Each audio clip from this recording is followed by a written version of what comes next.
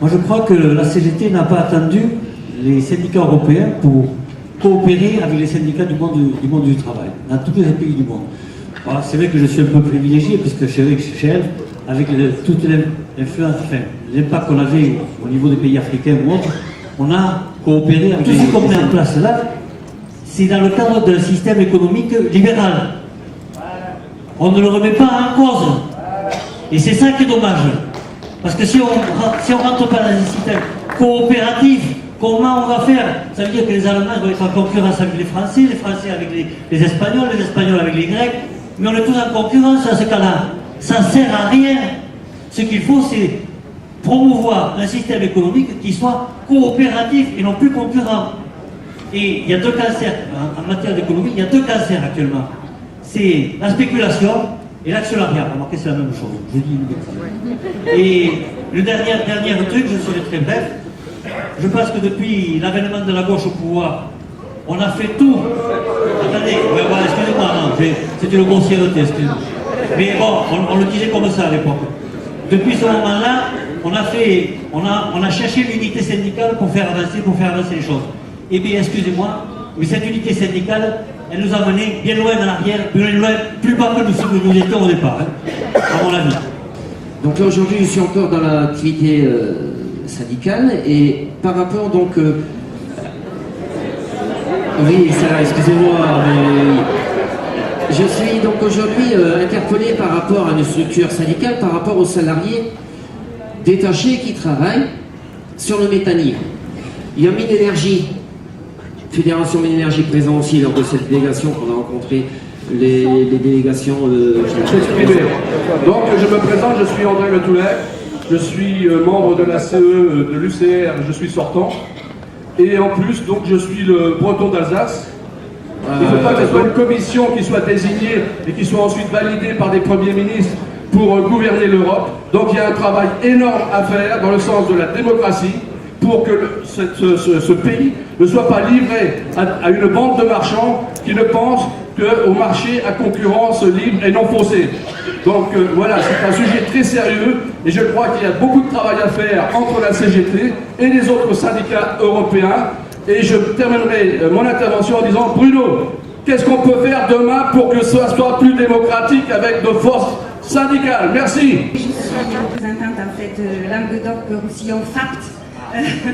Mais bon, je vais parler un petit peu d'un ressenti que j'ai et d'un questionnement que j'ai parce que j'en entends pas parler par la CGT.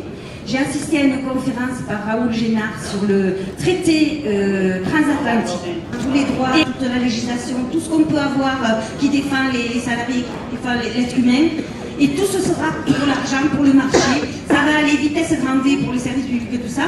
Raoul Génard nous a fait une conférence où il essaie de multiplier les conférences parce qu'ils disent que c'est secret. Et lui, il a bien décrypté le traité. Il explique à tout le monde ce qu'il y a dans le traité. Et pourquoi la CGT ne nous parle pas de tout ça. Et je pense que c'est très grave. Et ça va aller vitesse grand V pour tout démolir encore plus vite que ce qu'ils ont fait jusqu'à présent. Et c'est vraiment les capitaux. Et c'est l'Amérique.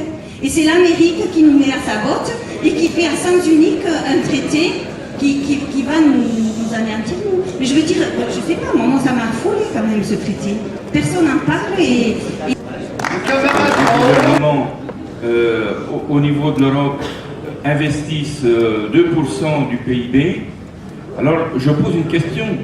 Comment est-ce possible dans une situation où par exemple Hollande en France, mais c'est pareil dans toute l'Europe, hein, c'est la même musique, où avec son pacte de responsabilité, il y a plus de 30 milliards d'euros qui vont être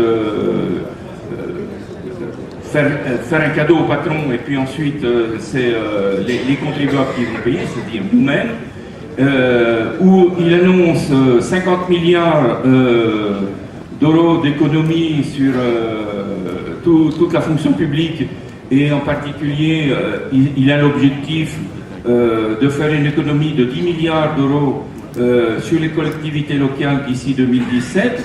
Je ne vois pas comment on va pouvoir relancer l'économie et faire embaucher. Voilà. Donc la question qui se pose, est-ce que on peut humaniser l'Union européenne c'est faire croire au Père Noël, j'y crois pas. Bon, je suis comme les travailleurs de Frédéric Hambrel sur la question de la lutte contre les paradis fiscaux. La CGT tient toute sa place, mais il est bien évident quand on parle, par exemple, en perspective du chef de gouvernement luxembourgeois qui prendrait la direction de la Commission européenne, je rappellerai quand même que, ça a été cité dans le rapport Hambrel, 1 milliard de manque à gagner. En France, c'est déjà ça. Donc il y a quand même dans le lien lutte avec les camarades aussi qui luttent pour le développement. Je crois que cette prise de conscience au niveau mondial, elle monte en puissance. C'est aussi le rôle de la CGT des retraités de avoir les... C'est la dictature de la Commission européenne. Et elle se permet, et quand vous lisez la presse économique, de donner des ordres à un gouvernement, à une nation qui est la France, en lui disant vous n'allez pas assez vite, les retraites, on n'y croit pas, c'est pas suffisant, etc. Il faut encore plus. C'est ça la réalité aujourd'hui que vivent. Pourquoi il y a ce taux d'abstention? Parce que les peuples vivent cette réalité. Et nous devons répondre à ça. Nous devons répondre à ça. Y a-t-il, alors on peut rêver, parce qu'il ne faut pas se leurrer, camarades. Parce que l'Europe, aujourd'hui, c'est aussi la Yougoslavie, c'est aussi l'Ukraine. Et l'Union européenne, ils les ont dévastés. Avec les Américains. Il faut le croire, ça aussi. Et moi, ceux qui croient qu'on va s'en sortir, moi, ça me fait peur.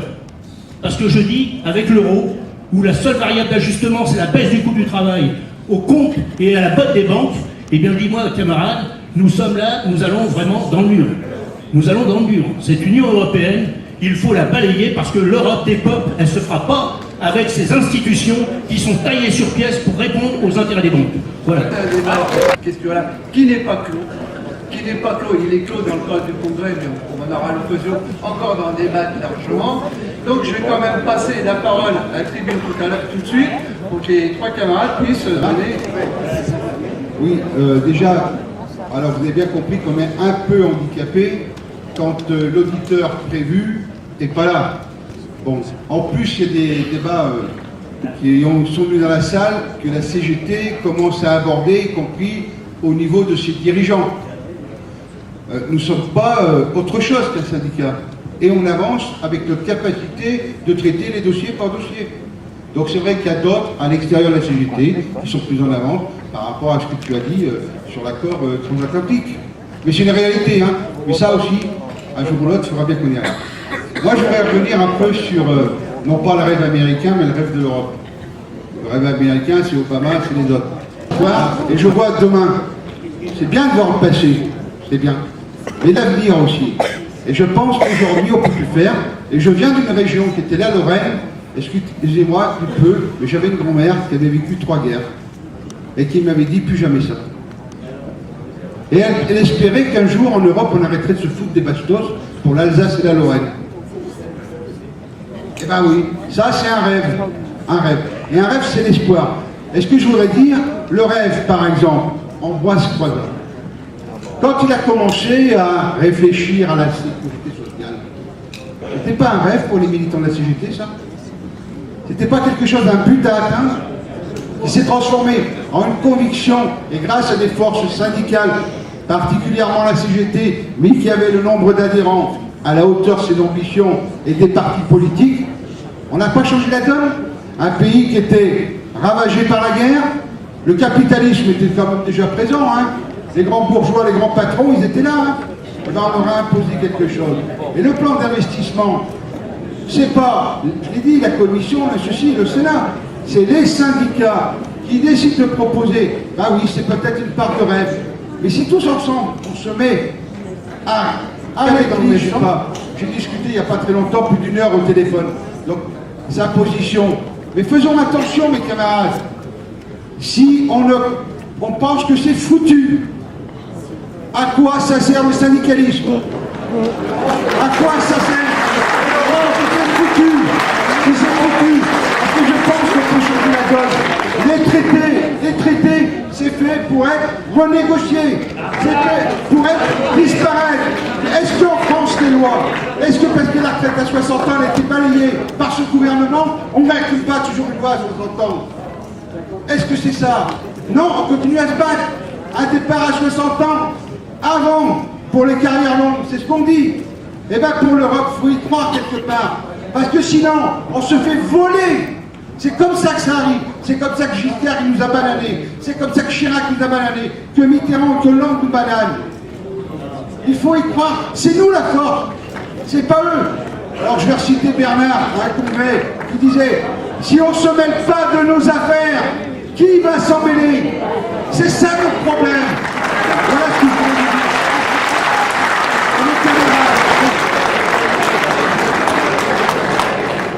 Est-ce que je peux ajouter encore une chose importante? Parce que la première intervention m'a touché beaucoup parce qu'on a parlé de un élément important, fondamental pour nous, pour la FEPA, à savoir la syndicalisation. Donc, le collègue, le camarade qui a parlé de la situation en Allemagne a évoqué tout à fait la situation réelle qu'elle est. Mais un des points que la FEPA soutient, que nous continuons à revendiquer aussi au sein de la CES, c'est qu'une chose, c'est la syndicalisation au niveau national. Autre chose, c'est le droit de représentativité des mandats. Propose, qui s'appelle Reculer vers l'avant, c'est plein de vide. Alors c'est un spectacle qui est proposé par la compagnie Jean-Luc Epal. Ils sont deux, il y a Jean-Luc Epal et Joël Dimier, voilà. Donc c'est un spectacle qui